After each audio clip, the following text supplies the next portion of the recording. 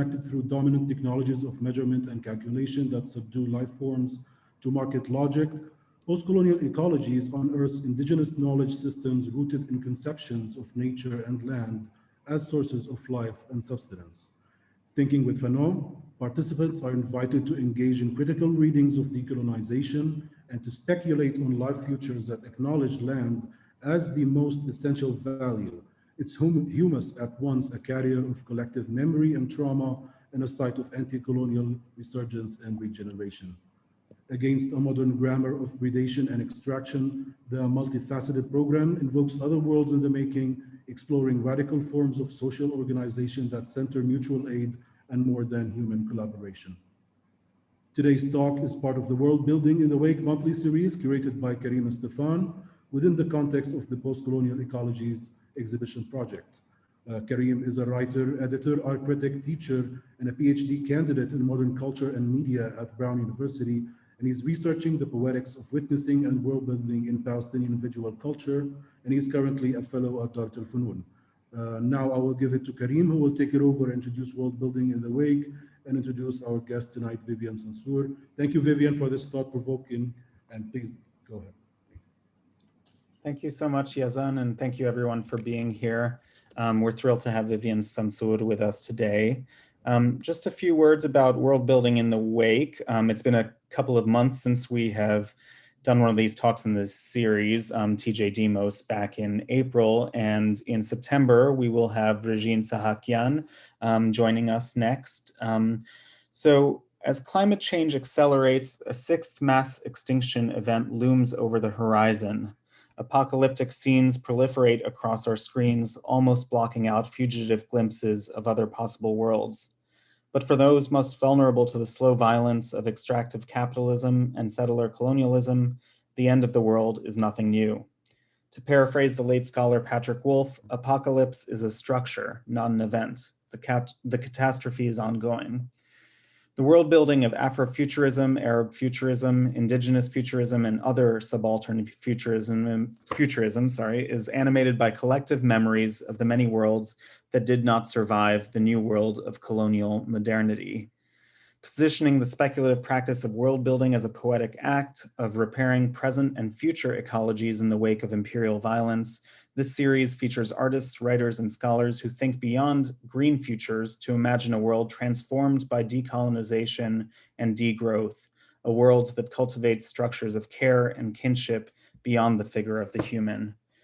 And so I'm going to introduce Vivien with her bio in a few words. I will keep her very accomplished long bio a bit shorter.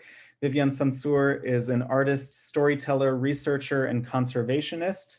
She uses image, sketch, film, soil, seeds, and plants to enliven old cultural tales in contemporary presentations and to advocate for seed conservation and the protection of agrobiodiversity as a cultural and political act. Vivien founded the Palestine Heirloom Seed Library as part of her work with local farmers. And this has led her to collaborate with award-winning chefs, including Anthony Bourdain and Sami Tamimi. She has also been showcased internationally, including at the Chicago Architecture Biennale, the V&A Museum in London, and the Venice Art Biennale, among others. For me, her practice is an artistic one, not only because she exhibits her work in venues like these, but because of what she cultivates from seeds: imagination, narrative, heightened perception, and self-reflection. What she calls in an essay that she wrote earlier this year, quote, "the unseen as a fertile ground for new wisdom." We've been particularly excited to host Vivien as part of Post-Colonial Ecologies because of these qualities, as well as her dedication to collaboration and communal learning, and her deep understanding that environmentalism is not a single issue. This understanding derives in part from her experiences in Palestine, but also from her visits with farmers everywhere, from Uruguay to South London. Her work in Palestine takes place against the particularly oppressive backdrop of the occupation's seizure of water and land and its promotion of Israeli agribusiness monopolies. but she also emphasizes that these challenging conditions and others are present in different forms in many parts of the world. These include not only climate change, but as she has noted, the forced imposition of corporate agriculture with its patented seeds and its ideology that farmers who cultivate land by traditional means are primitive or uncivilized. For Vivien, peasant farmers are not people who must be relegated to the past, but rather artists and scientists who can teach us how to survive in the future, because they understand that our survival is linked with the thriving of diverse ecologies that we are inseparable from. Thank you so much for being here, Vivien. Welcome. Thank you, Karim. Wow, your introduction is very generous. And I want to thank you for inviting me, and Darat al-Funun in particular. I'm always so excited when I am participating in something that is within our home worlds, because I often feel like each one of us is always working, but it's seldom that we have time together to talk about our worlds. People usually want to talk to us about something out, Anyway, we're always talking to other people, so it's nice that we're talking to each other as well, while other people are also here. So thank you so much. And yeah, I love also that you brought up the world, the different worlds, because my practice really and my journey has been really about rebelling against the dominant world, and actually kind of like now that I understand it better, what made me kind of follow these seeds, what made me follow this work. I think it was this kind of revolution internally against what I was told was reality, what I was told was the only possibility. And so seeds for me were a platform that kind of helped me see like the multitudes of worlds that can exist through plants, but also plants as teachers for what's possible throughout in anything, because art is about imagination and the ability to imagine new worlds and in new ways. So I'm gonna just share a little bit about kind of how this started and where I'm at, and then I'm really hoping that this will be more of a conversation with everybody rather than just me talking. So we've tried to share my screen. We're gonna try it again. And hopefully it will work. So please be patient.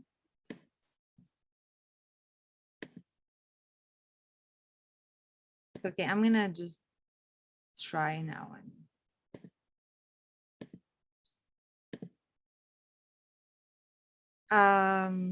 Sorry, Karim, you said then I do what? Shift. Command or open Apple and F5 at the same time. Oh God, this is. It's a stretch of the fingers. I did it, didn't happen. Command. Welcome to VoiceOver. Welcome to VoiceOver. VoiceOver speaks descriptions of items. Okay, never mind, everybody. I led you astray. We can see the images. Quick start. Yep. Okay, let's just. It's fine with me to stay here. If it's okay with you. Yeah. So yeah, I like to start by sharing a story that everybody can hear me, right? Yes, I'm still. Application 5 items. Oh my God, what did we open here? You are currently on a group. To interact with items in this group, press Control, Option, Shift, down arrow. How do we stop this from happening? My best guess is escape at this point. I'm not sure.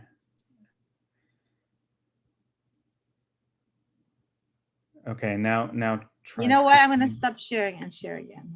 Okay. You have stopped screen share. Zoom.us. Zoom webinar. Window. Type message here. Edit text. Has keyboard focus. This is wildly embarrassing. You are currently on a text area. Maybe somebody from the participants can also send. Okay. Chrome, see presentation Sansour, Google Slides, Google Chrome, window, see presentation Sansour.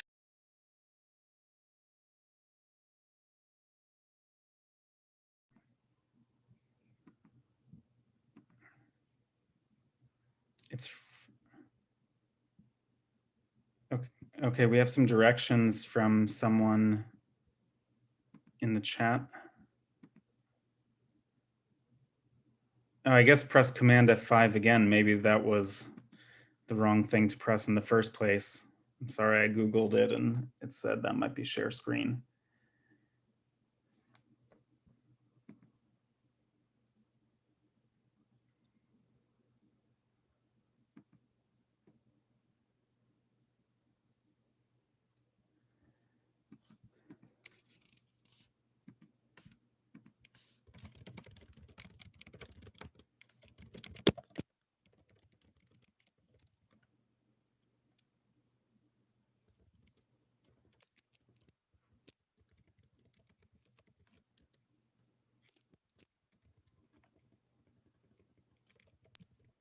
Hey, I'm gonna try to speak again and see if it's working.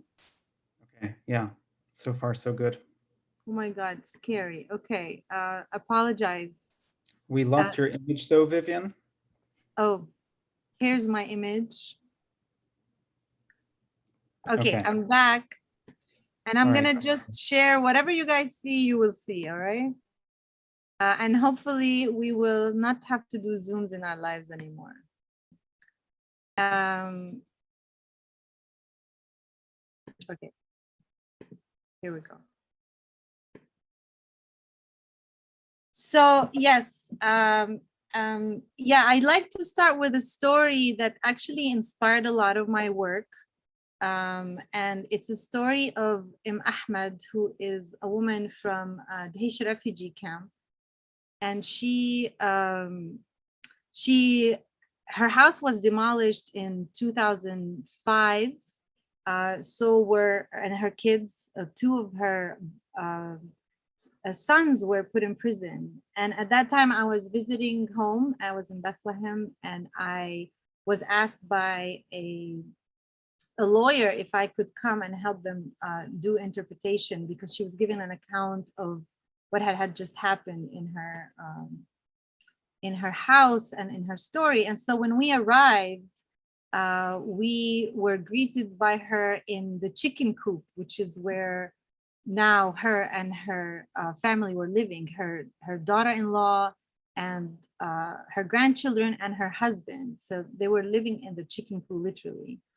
And we were sitting there outside drinking tea, and Ahmed kept bringing out these delicious spinach pies.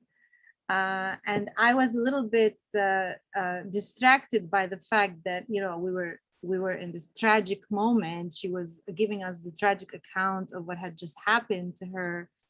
And yet at the same time, we're eating these fantastic spinach pies. So I asked Ahmed, you know, where are you getting all of this? And she literally took me to the back of her house, which with the back of the chicken coop, which is where her house used to be. And on the ruins of her house, she had started a little winter farm. And so she was getting this delicious spinach from there.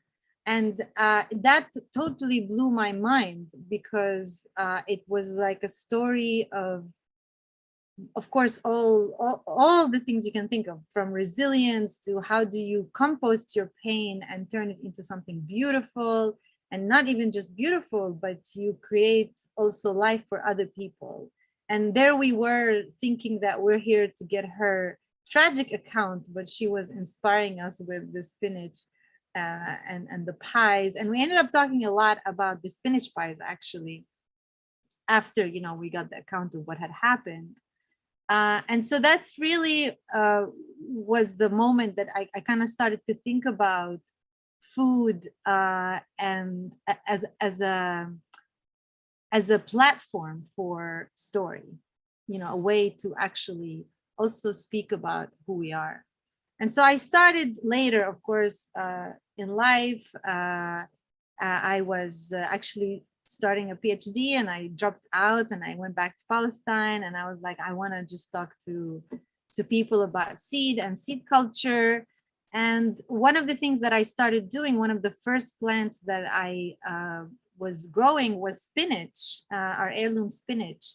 And I became really fascinated the first time we harvested the spinach seeds with how magical and fantastical the actual seed looks like. If you can see in this image, it really looks like you're entering another dimension and like the cosmos.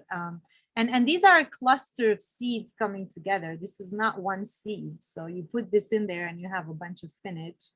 And I was really fascinated by just the way it looks. And then I learned that actually spinach, commercial spinach doesn't look like this at all. Commercial spinach is very smooth. It's like these little pebbles. It doesn't really have these spikes. And so actually, well, I wouldn't say harvesting it would be very easy, except no one is even harvesting the seeds anymore. And so I started to learn also more about seeds. These are the images of the Jaddui seeds, watermelon seeds. And this was a very major moment for me when I was actually learning about, rural life in Palestine and who we are as fallahin, as people who are not, it's important to make the distinction between being a farmer and being actually a fallah, like a farmer is a practice, like muzari. It's just, it's a career, it's something you can learn to do, it's a technical thing. But, we come from a fallah culture, which means that it's not just about what we eat, it's about the way we think, the way we interact with nature, which in its essence, a relationship of co-creation rather than a relationship of dominance, which is what the dominant world is kind of forcing us into. That the only way we can be in nature is if nature is something that we can control, that we can kind of decorate in the way we like it. So if even we're sitting here, I'm speaking to you from a hotel room, it's a building that actually for me looks more like a bunch of coffins, but in this building that is actually built on wetland, where there was so much nature, there is, especially in the lobby, they have all these kinds of plants. So we kind of have destroyed nature, and then we decided to, because we understood that we really need it, we started to bring it in pots. Like little pots around. We bring a pot of orchids, and orchids are actually a very interesting plant, because the orchid is a forest plant. It actually likes shade, it likes a little of sunshine, but we put it in these pots and we want to force it because we want to look at it and we want to own it. So it brings a lot of questions about like, what kind of world are we designing? And I can talk in more detail about the practical realities of Palestine and how the work sort of started in Palestine. But I really want to first talk about sort of like the motivation behind this work, because oftentimes people think my work is about seeds only, but it's hardly about seeds in a lot of ways. I mean, obviously in practice, a lot of seeds are involved. But for me, because seeds allowed me to understand how design is actually in the core of everything in our lives. So, nothing sort of happens so randomly, in the sense that even like if you're sitting at home now eating a cookie, this is not so random. The kind of cookie you're eating is not something that just sort of happens. Everything happens by design. And so when I learned, for example, about the Jaddui watermelon, which is the story that a lot of people like to hear, I was really fascinated, because here I am, a Palestinian woman who thinks that, oh, I care so much about my land and my people, whatever. But I really didn't know what that really means. And I didn't know who I was in a lot of ways, except for the slogans that we all kind of chew on and repeat. And but then I came to understand, for example, that the Jadui watermelon actually is a product of design, in that it was not something, first of all, that just was there and people kept reproducing it. It was something that people kept selecting and selecting and selecting the shape of the watermelon they want, selecting the seed that tolerated thirst more, selecting the seed that resisted certain diseases, and actually also working with all of nature, understanding that we are nature, we are part of nature, to actually know together when is the right time to put this seed in the ground. So it's kind of like Planned Parenthood, you know, if you do have to plan it and design it. And so I was so fascinated to hear and to learn about Ba'al agriculture, for example. Although I grew up hearing the word Ba'al,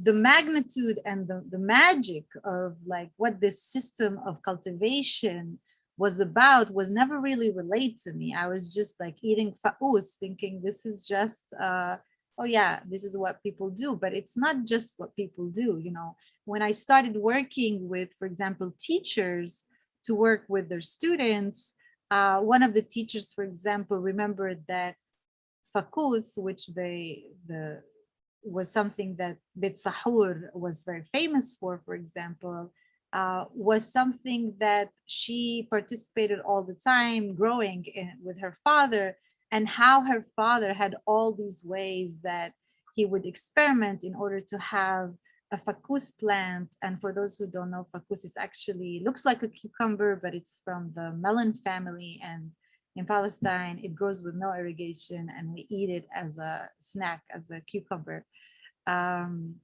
But oftentimes it can turn out bitter, and so he had always experimented in and selected the ones that were not bitter. And so for me, it's really fascinating to see how in Palestine, where I grew up eating these crop varieties, you know, we had designed a collection of seeds that really worked really well with our terrain. And in this case, the watermelon, and Jadui, and people would often talk about it. People will tell me stories about it and how big it was and how delicious it was. And so to think that we had this ability to imagine things outside of instructions made me think about how can we imagine our own liberation outside of what we are told being comfortable is, what we're told that being free even looks like, and how can we become better designers of the world we want to live in. And then it really led to thinking about like the question of liberation internally. So on an individual level, how can I also practice it in a new way, and how can these seed varieties teach me how to do it?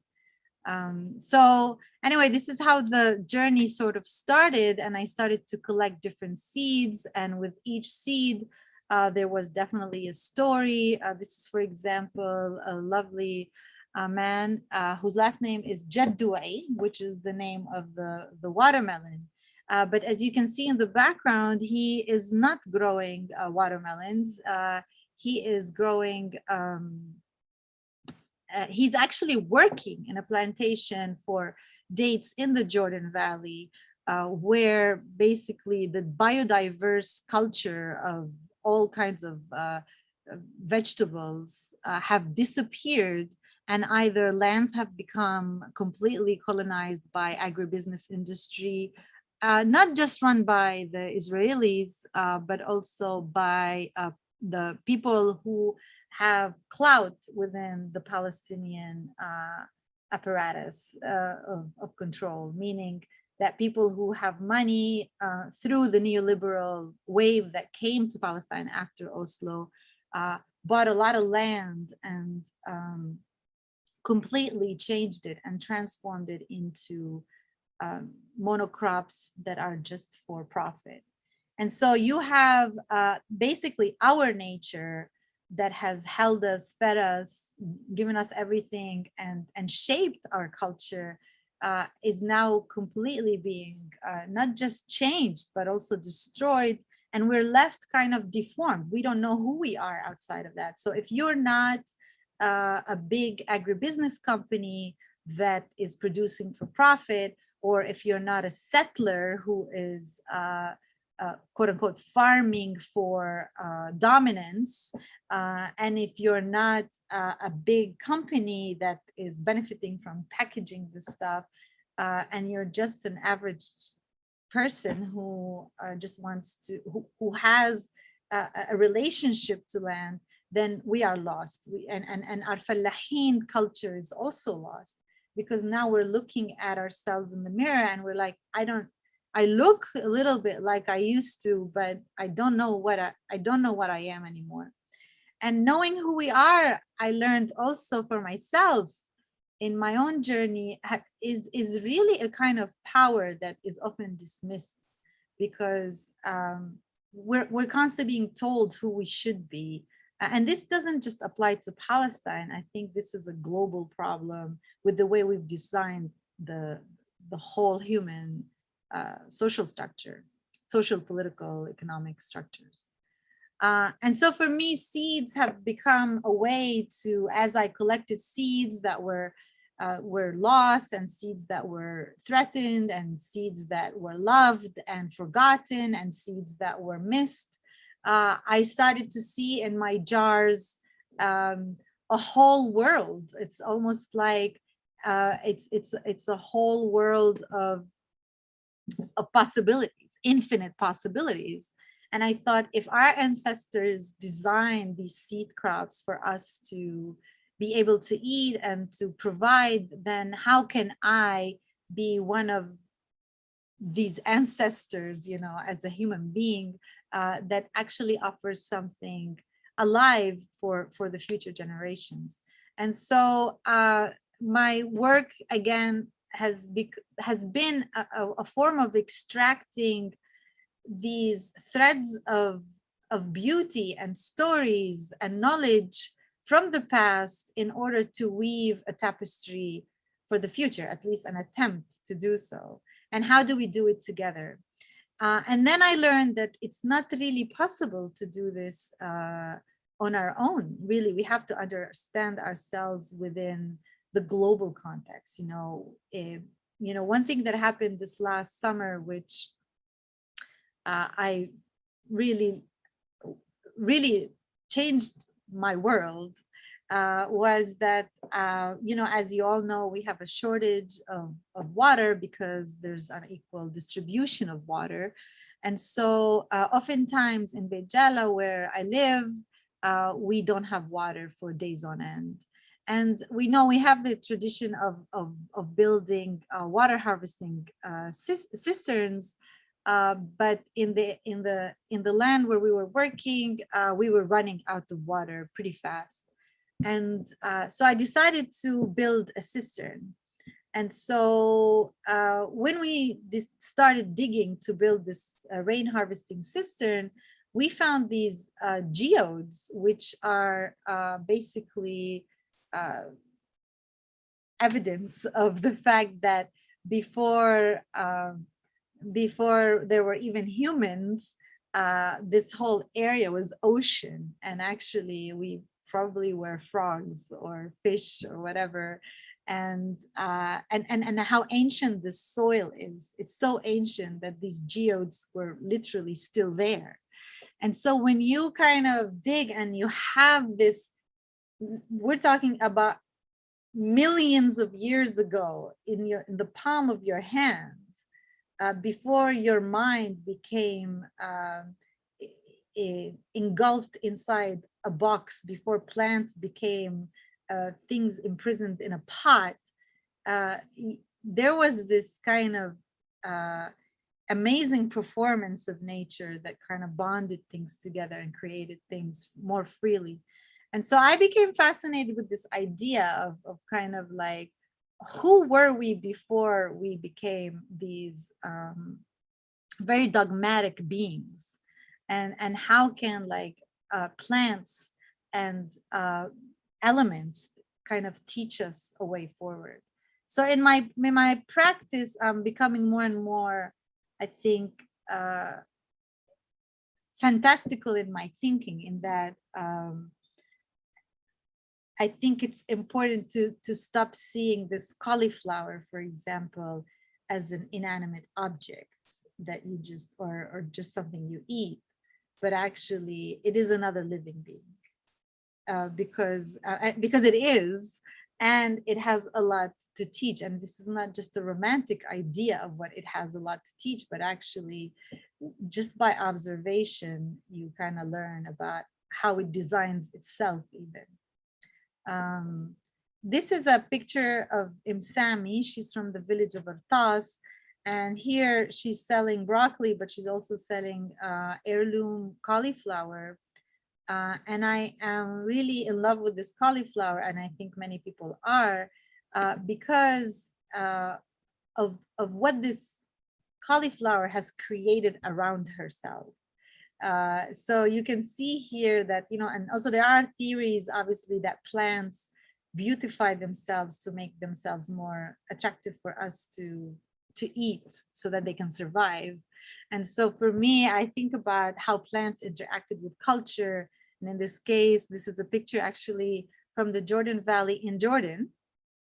And I was coming back to Palestine, and I saw these men gathered around these giant cauliflowers. This was like February, a few years ago. And I stopped, and they were having this wonderful auction.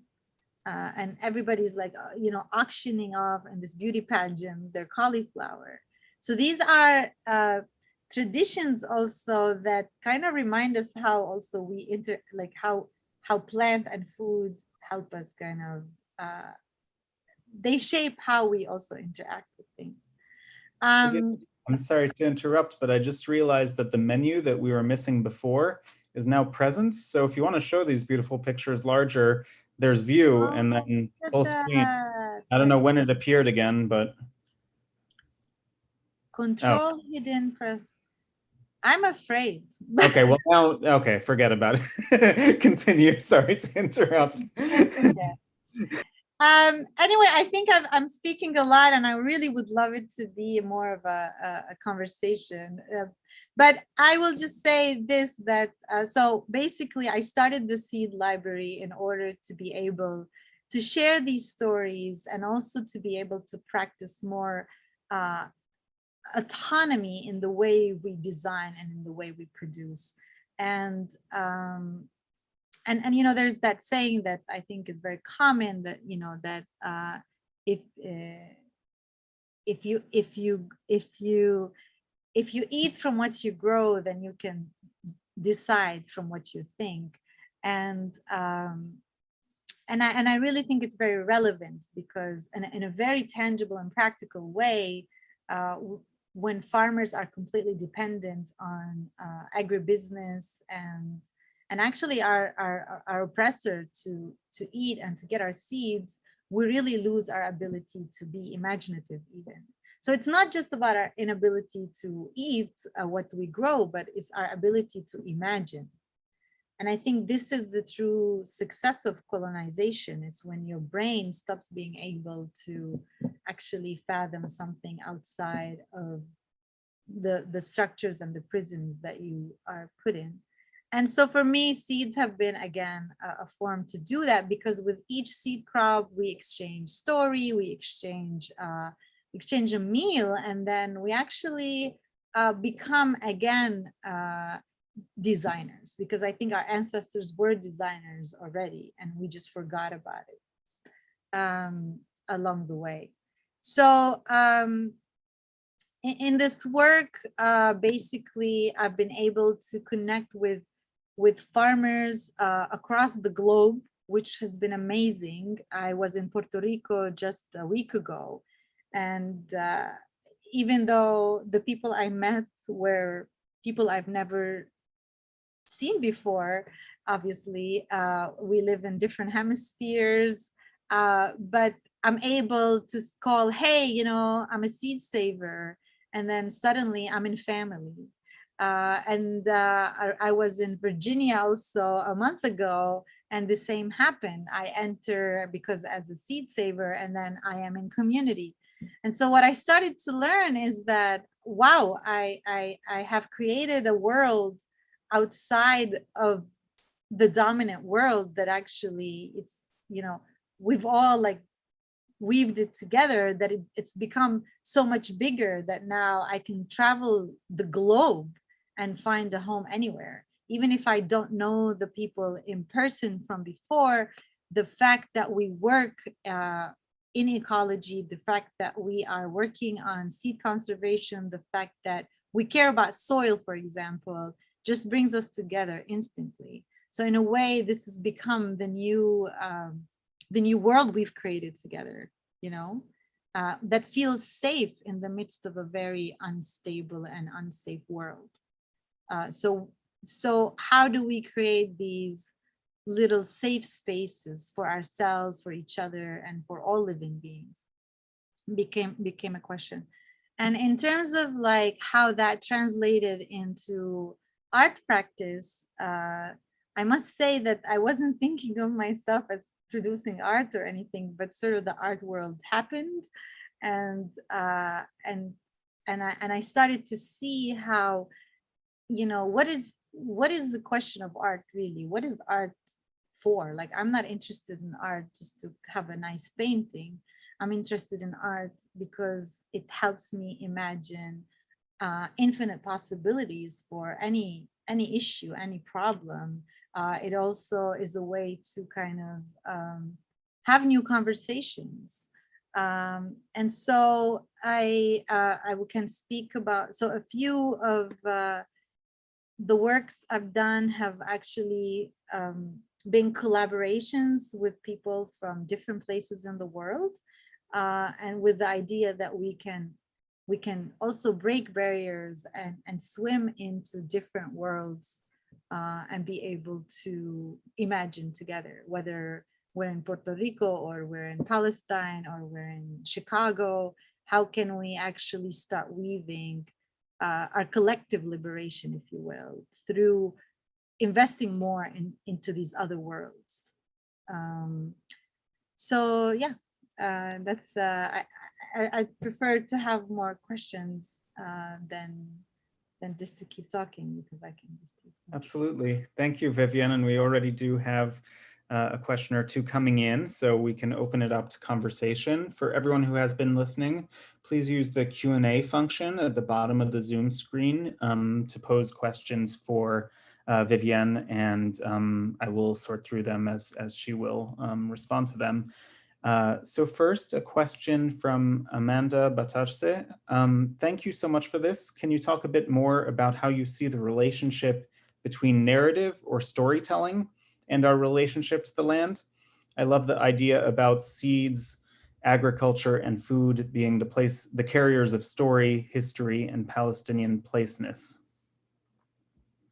Yeah, thank you so much for this question, because as I try to refine sort of what I'm doing, I start to understand that story is really at the core of everything. Even when I think about myself, like, for example, what is the story I have been telling myself about myself all my life, for example, and how has that shaped my world, like on a very small individual scale?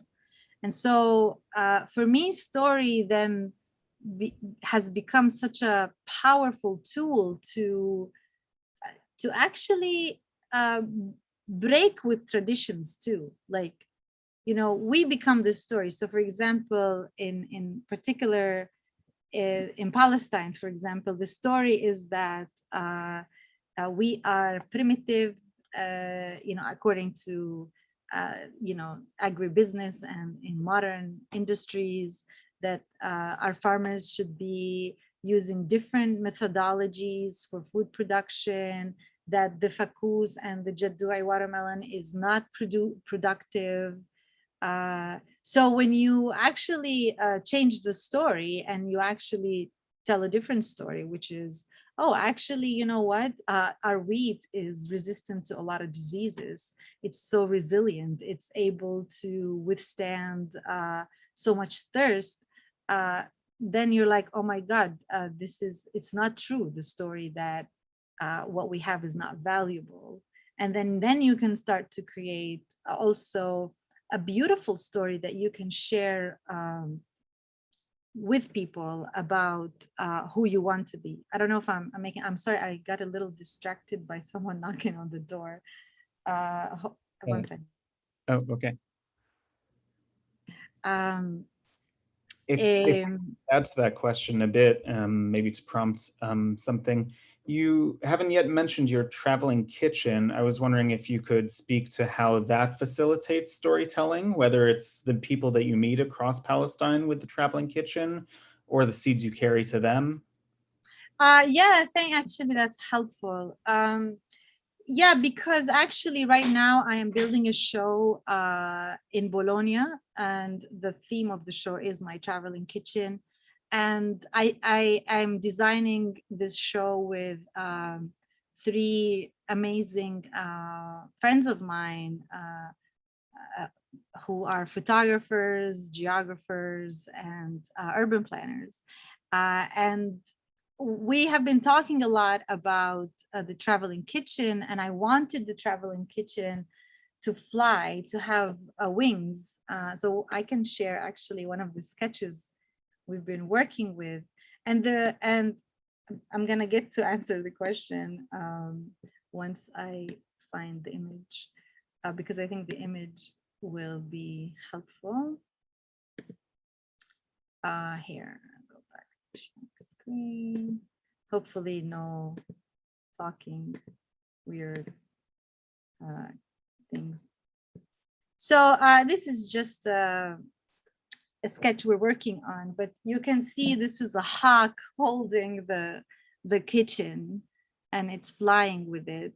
And so what I want to do is create a big map to tell these different stories, because what I learned, through just looking back is, it's true, I built this traveling kitchen with the idea that I want the kitchen itself to be a catalyst. So when we go to different communities, it's an opportunity to talk about things and to share stories. And one of the things that the kitchen has done is actually bring people who didn't share their story to a space where they wanted to share their story. And so I realized that it wasn't always, I limited myself to the actual structure of the kitchen when I was thinking about the design of this map. But then I realized that the kitchen actually didn't always take the shape of the kitchen itself. It was often whatever pots we found in the wilderness when we were cooking in the forest, or it was going to Nazareth from Bethlehem and I can't take the kitchen, but I'll use whatever the people in Nazareth will give me. Or it was going to Chicago and bringing some sumac from the destroyed village of Imwas and actually cooking with that sumac so that I can tell the story of the people of Imwas who were forced out. And so now people in Chicago who got to eat the sumac of Imwas became literally part of their body, part of their experience, and the story of Imwas became part of their experience. And so for me, stories are a way to take us outside of our rational thinking in order to, why were myths so important in all cultures? It's because they helped us understand and make sense of the world, but it also helped us define the world we want and we live in. It also helps us understand nature and how we are part of it. So when I think of trees, for example, I don't think of a tree as just a tree, I mean, if you really think of a tree, this is our first home. You know, we lived on trees, we climbed trees before we became the humans of today. And now we're moving into this post-human world where who knows what our homes will look like. And so that's why story becomes really important in helping us define who are we. Because if we don't know who we are, or at least who we want to be, then anybody else can define that for us. So story is important because story literally like gives you the power to own your life and own the world and the multiple worlds that you want to be part of or not be part of. And the other part of story in a very practical sense, for example, when we talk about seeds, companies often come and say, we're going to patent, say, I don't know, the Jadui watermelon.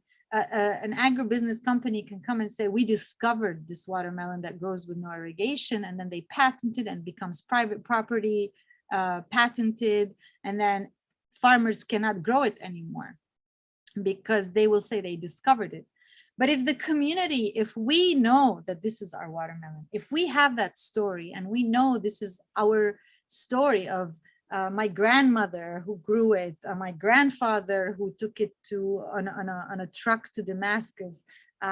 This is what people ate in the fall. This is, then I can, like, if we really own our story, no company can come and say, oh, we discovered it, because we will have in our dictionaries, in our art, in our being, in our just way of life, the knowing that no, this is our watermelon, and it becomes harder to come and then say you discovered it.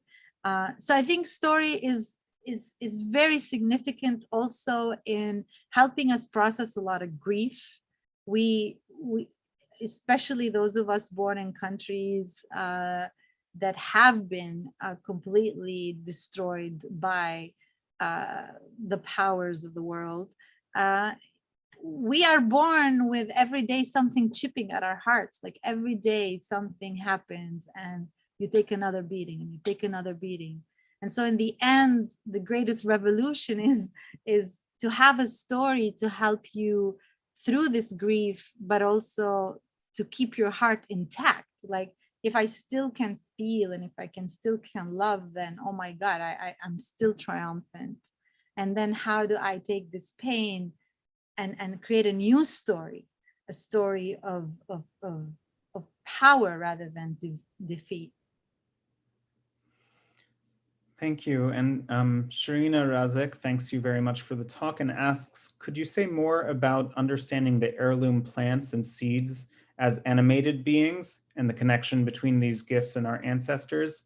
And she's asking because she says this sounds like a different kind of time or temporality, like maybe a way out of the shadow of 48 to connect back to ancestors and the plants themselves as living. Yeah, absolutely. And thank you for this question, because I'm glad that you brought up 48 too, because one of the things that I realized also early on was that why are we so, you know, we have been, it's almost like Israel, for example, in our case in Palestine, has been pretty smart in kind of keeping us in our minds within certain parameters of how we define ourselves. And again, we go back to story. And so we think almost like you ask most of us to tell you our story. We start in 1948 because 1948 was the moment of our major trauma, which is true. But actually we existed prior to 1948. You know, we were before 1948. We are right now, and we will be after. And so, yes, heirloom seeds and heirloom plants really actually tell exactly that story, that we were here before. And not only were we here, we were part of this. We were people of the land. We had a relationship. We didn't just come out of nowhere. We co-evolved with it. So much so that we actually had this conversation with the different plants and relationship to offer the future generation, which is us today. We are benefiting from the science and the art of our great grandparents, because they selected the stuff that we have on our plate today. So when you're talking about biodiversity on your plate, you're talking about all these stories. And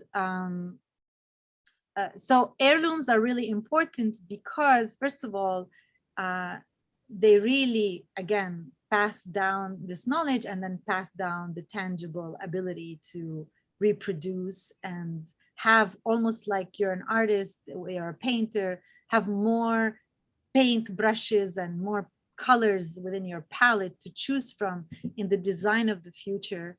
But also heirlooms also tell us the story, again, of our connectedness to other things, and then how everything is built on top of each other. And then it begs us the question of, like, as heirlooms ourselves, like one of the things I love so much in Arabic, we often say "Hay zarri'atak" when you're referring to someone's children, like this is your it literally you're saying, are these your plants? "Hay zarri'atak." And so it makes me wonder, like, what kind of zarri'a am I producing for the future, you know? And what kind of zarri'a am I right now? And even plants ask themselves these questions. And now we have enough science to show us that plants even have memory. So they also remember 1948, and they also remembered pre-1948, and they also get their seeds and their zarri'a gets eaten by birds, gets pooped around the world, and makes new homes and co-evolves in new realities. And so how do we kind of work with plants from a humble place of knowing that plants aren't an object, but rather plants are literally ancestors who hold a lot of knowledge. Like when you're talking about ferns, for example, in the forest, they are so ancient that, you know, you think they don't remember things that we don't even know that existed. So I think as human beings, it would be so magical and wonderful and would do us so good if we could shut up and actually listen rather than keep being productive for a while. It'd be very interesting to see what would actually ferment and happen.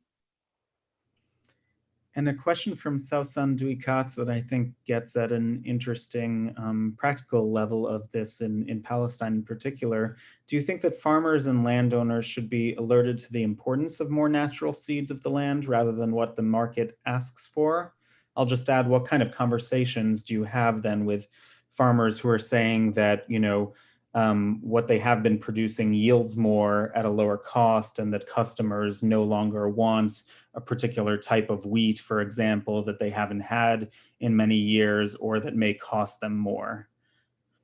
Yeah, again, another wonderful question, because this is really the clash, if you will, and the challenge between when this other world we're trying to create and our liberation gets clashes with the tangible realities of survival. Like what do we need to do to manage the dominant world, right? And these are the real questions and conversations that I do have with farmers, because it's not that farmers don't understand the value of heirlooms. They do, very much so. And often you visit farmers who, in one little section of their big farm, they have the heirloom tomato because they love that taste, and they know that the Dutch tomato, even though it's shinier and bigger, it actually doesn't really taste as good. And also they know what other chemical inputs go into it. So they struggle within themselves, like we all do, between how do we dance this dance of like managing the real world in the time when we're trying to also build bridges into another world. And I think the question becomes about value and commitment to how committed are you to creating another world. But in the practical sense for farmers, yes, it's a very big challenge. And it's, again, the challenge isn't about convincing, at least in my experience, I think maybe in other places, that the challenge is about how do we translate that knowing into literally financial, feasible benefit for the farmer, because the farmer is also a father, a mother, someone who needs to support their families. And this is really the main challenge. And so I think working or talking to farmers about this is much easier than actually talking to consumers, to people like you and I who go to the store and we want the shiny, happy looking tomato. And I think the real work isn't with farmers as much as it is with us in these kitchens and in these restaurants, asking for these things that farmers actually will be more than happy to grow, because farmers want to regain their imagination and their ability to be these creative entities that produce for us what's on our plate. But we've kind of betrayed farmers by saying, oh, it's okay for me to get, a bunch of lettuces from, I don't know, people here in the US buy from Costco, for example. They all look the same. They're shiny leaves. So I think the real work, honestly, like if I had the ability, what I would really invest in is a massive program through both art, education, whatever, PR, how to educate the consumer, because really the farmer just wants to survive. The farmer will grow for you whatever you want. This is why farmers are growing shit they don't even like, because they need to survive. So I think for us all, the question is, can we be more committed and diligent about asking for these things when we go to restaurants, or when we go to the supermarket?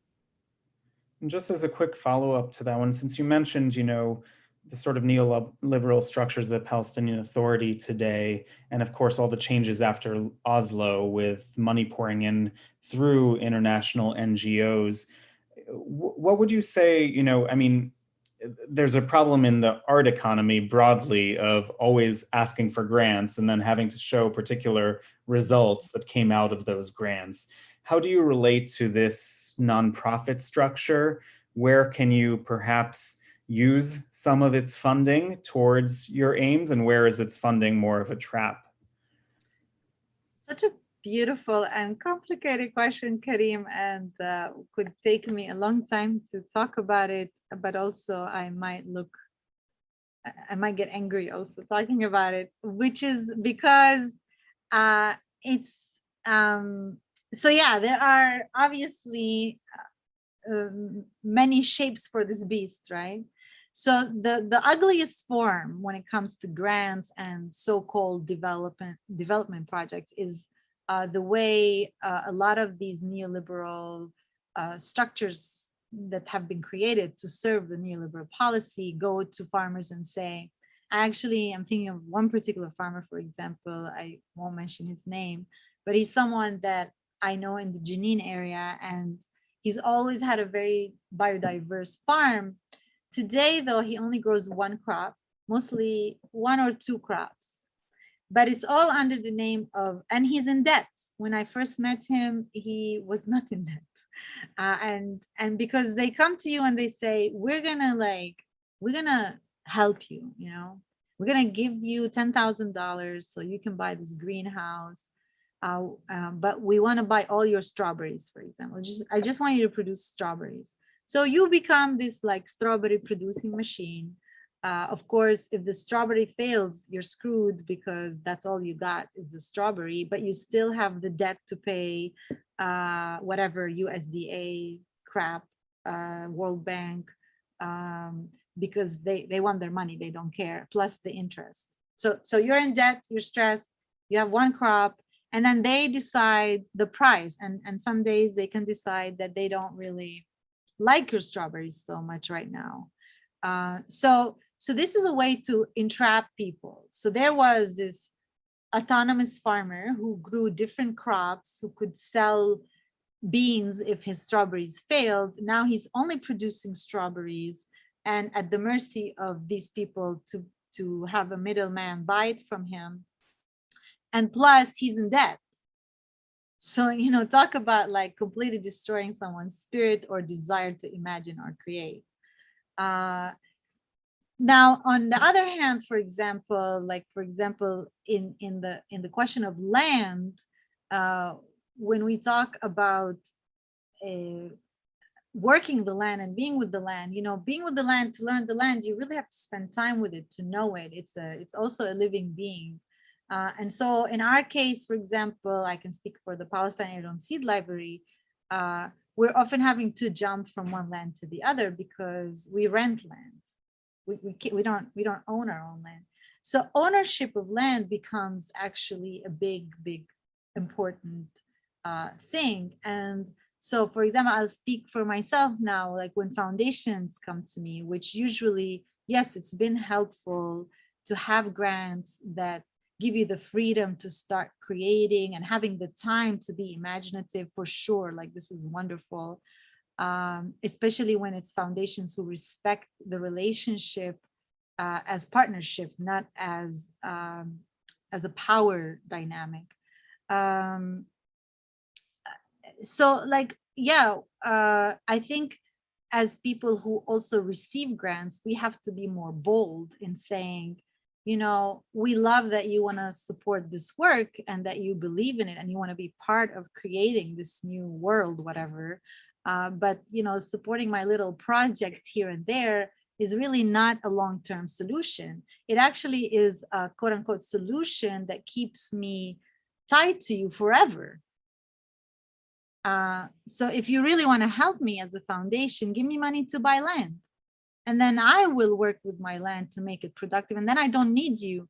And this is actually the essence of actually heirloom seeds, because you actually don't need the companies. Once, let's say you got seeds from my seed library, you don't need me next year. You can save your own seeds.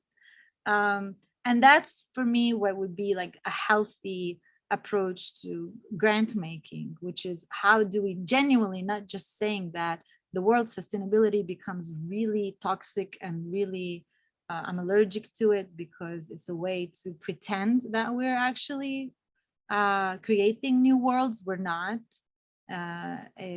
What's real is to say, how do we actually have autonomy? And to have autonomy, are you as a foundation committed to that? And I know this is complicated, but I think there is a push to make this shift. And when we talk about decolonization, I think this is a moment. Hopefully, I am optimistic for the world that there are enough forces now pushing towards more equal relationship when it comes to money exchange. Thanks. That's a very important answer, and glad to see that you have some optimism there. I think we have two related questions that maybe we close on depending on your time. From Neda Elia, can you speak about the grassroots alter globalization that is taking place through seed preservation and exchanges across continents? And I'll just say this other one since it's related to Hannah Salman asks, with all of your travel for your work, do you think there's something to learn from seeds about solidarity networks? So maybe something, generally that's taking place through these solidarity networks of seed preservation and exchanges around the world. And then also if seeds themselves teach us about solidarity networks. Yeah, thank you. Sorry, what was the essence of the first question? The first question was asking, can you speak about grassroots movements for another kind of globalization, for transnational connections that are not this corporate globalization, but happen through seed preservation and so on? Yeah. So yeah, I think I can answer this, these two in one, maybe. See, a capitalistic approach, two in one. Yeah, I think that seeds have been fabulous in in creating these new connections. And it's not for me about solidarity, actually. I used to think in solidarity terms. I don't anymore. In that, I think what we really, from my perspective, have to be thinking about, again, I keep saying design, because this is what I think we need to do now, which is it's as if like we have a room full of spools of threads. They're different colors, and in different place there is a color that adds something necessary to this, I don't know, design of dress we're creating, right? Like for example, in Palestine we have the barley seeds, and farmers in California and in the west of the United States can really use more of this knowledge, because they're having the same kind of weather, droughts, and so then, wow, we can actually exchange and offer knowledge about that. I go to Puerto Rico, for example, and I mentioned Puerto Rico a lot because I just came from there, but I met this amazing plant, which is called oregano brujo, which is basically za'atar, but it's like the witch za'atar. It's called, and it grows very different than the za'atar that we know in Palestine. And it has big leaves, and it's very fragrant. And actually, it drinks a lot of water because it rains a lot. And so this exchange that I had, here I am in the rainforest. So, you know, it's a whole different world.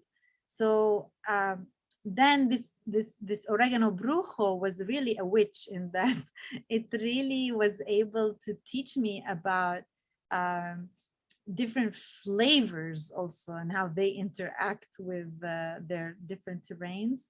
But it opened a conversation between myself and the people I was visiting about water, about how they struggle, even though they have so much water and so much rain, how they struggle getting their government to actually make the water accessible, and how for us, you know, it's a different kind of situation, but in the end we don't have water. So, you know, and we also have water in our aquifers.